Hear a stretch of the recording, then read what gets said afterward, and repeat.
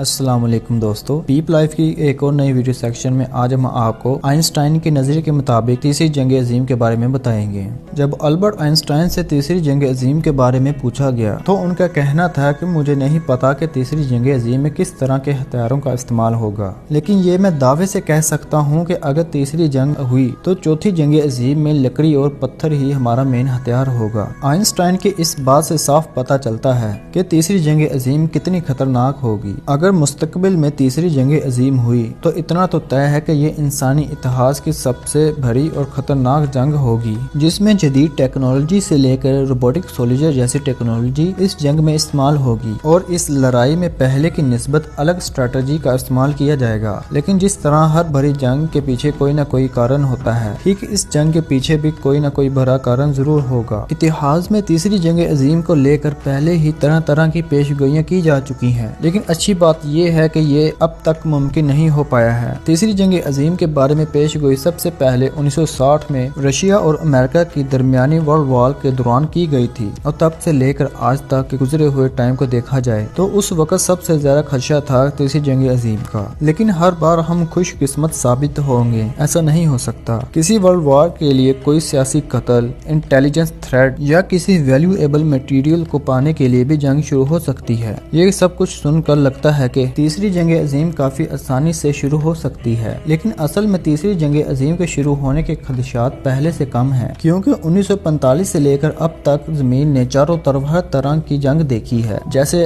अफगानिस्तान, कारगिल और भी कई तरह की वार। और इन लड़ाइयों में सबसे ज्यादा नुकसान हम इंसानों को ही होता है और हम टेक्नोलॉजी में आगे बढ़ने की बजाय कई सालों के लिए पीछे चले जाते हैं। इस जंग की वजह से फायदा किसी का नहीं होता, लेकिन नुकसान जरूर होता है। लेकिन वर्ल्ड वॉर में दुनिया के तमाम मुल्कों को शामिल होना पड़ता है, और अगर 1945 के साथ अगर हम अपने मौजूदा सूरत हाल को कंपैरिजन करें तो पहले की निस्बत काफी कुछ बदल चुका है, और अब की फौज पहले की फौज से और भी ज्यादा ताकतवर और स्किलफुल हो चुकी है। और जिस तरह आज के जमाने के बायोलॉजिकल हथियारों से लेकर न्यूक्लियर वेपन्स की ताकत और रेंज कई गुना बढ़ चुकी है, उससे इतना तो तय है कि हम अपने पुराने जमाने में लौट जाएंगे, लेकिन ये तो जंग के बाद की बात है। मगर तीसरी जंग अजीम के दौरान ये हो सकता है कि फौज रोबोटिक फोर्स का इस्तेमाल करे, जिससे वो पहले से ज्यादा भारी सामान के साथ बहुत तेजी से मूवमेंट कर पाएगा। जिस तरह पहले की तरह जंगें आसमानों, जमीन और समंदर पर हुई थी, उसी तरह ये जंग इस बार स्पेस में होने के ज्यादा इम्कानात हैं। हर मुल्क की मिलिट्री सैटेलाइट में हथियार लगाकर दुश्मनों के सैटेलाइट पर हमला होगा, और इस केस में जिन मुल्कों का सिक्योरिटी सिस्टम जितना ज्यादा एडवांस होगा,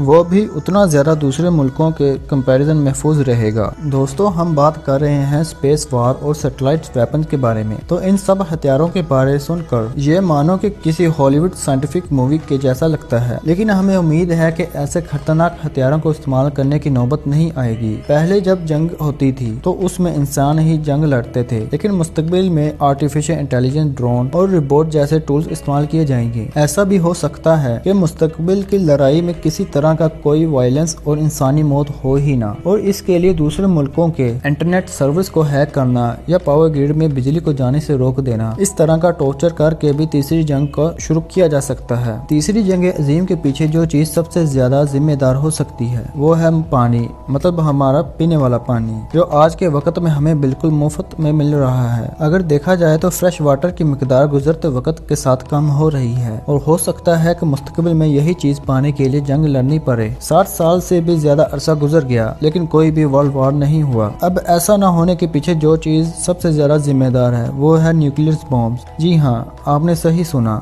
दूसरी जंग अजीम के दौरान जब अमेरिका ने नागासाकी और हिरोशिमा पर अपने 2 न्यूक्लियर बॉम्ब गिराए थे तो उसमें लाखों लोगों की जानें गई थीं, और इन दोनों न्यूक्लियर बॉम्ब ने जापान में इतनी तबाही मचाई थी कि आज भी जापान उस हादसे से अपने आप को रिकवर कर रहा है। और तब के उन 2 न्यूक्लियर बॉम्ब्स को अगर हम आज के मॉडर्न न्यूक्लियर मिसाइल से मुआवजा करें तो ये दोनों बॉम्ब्स उनके सामने बिल्कुल मामूली और कमजोर लगेंगे। और शायद आपको सुनकर काफी दर्द महसूस हो, लेकिन इंसान आगे बढ़ते बढ़ते तकरीबन 14,000 न्यूक्लियर बॉम्ब्स बना चुका है, जिसमें ज्यादातर बॉम्ब्स अमेरिका, रशिया, चाइना और पाकिस्तान के पास है। लेकिन दूसरी जंग अजीम के वक्त इन न्यूक्लियर हथियारों का 5% भी जमीन पर मौजूद नहीं था। तो जंग चाहे कैसे भी हो, लेकिन अगर कोई मुल्क जंग में न्यूक्लियर मिसाइल का इस्तेमाल करता है तो ऐसे हालात में तबाही कितनी ज्यादा होगी, ये सोच के भी डर महसूस होता है। और अगर एक मुल्क न्यूक्लियर हमला करता है तो दूसरे मुल्क भी इस न्यूक्लियर वार से पीछे हटने वाले नहीं। और अगर इसके बाद अगर एक एक करके न्यूक्लियर मिसाइल को जमीन पर दागे जाएं तो जमीन को खत्म करने के लिए 14,000 मिसाइल की जरूरत नहीं होगी, उससे बहुत पहले ही जमीन पूरी तरह से खत्म हो चुकी होगी। लेकिन जैसा कि वीडियो में हमने पहले ही बताया था कि तीसरी जंग होने का खदशा पहले के मुकाबले काफी कम है, क्योंकि वर्ल्ड वॉर में काफी सारे मुल्कों को जंग में शामिल होना पड़ता है। सिर्फ 2 मुल्कों की जंग को वर्ल्ड वॉर नहीं कहा जाता। इसीलिए अगर मुस्तकबिल में कोई 2 मुल्कों के दरमियान जंग छिड़ती है तो चांस यही होगा कि वो जंग उन्हीं 2 मुल्कों तक रहे, और इस तरह हम वर्ल्ड वॉर को अवॉइड कर सकते हैं। और ये बात हम सबको मानना ही पड़ेगी कि वर्ल्ड वॉर किसी एक मुल्क की नहीं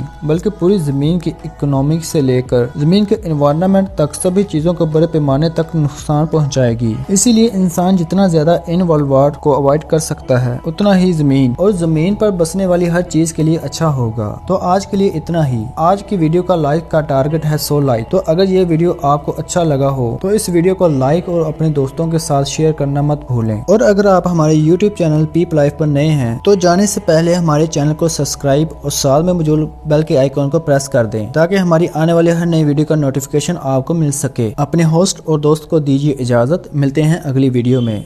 अल्लाह हाफिज।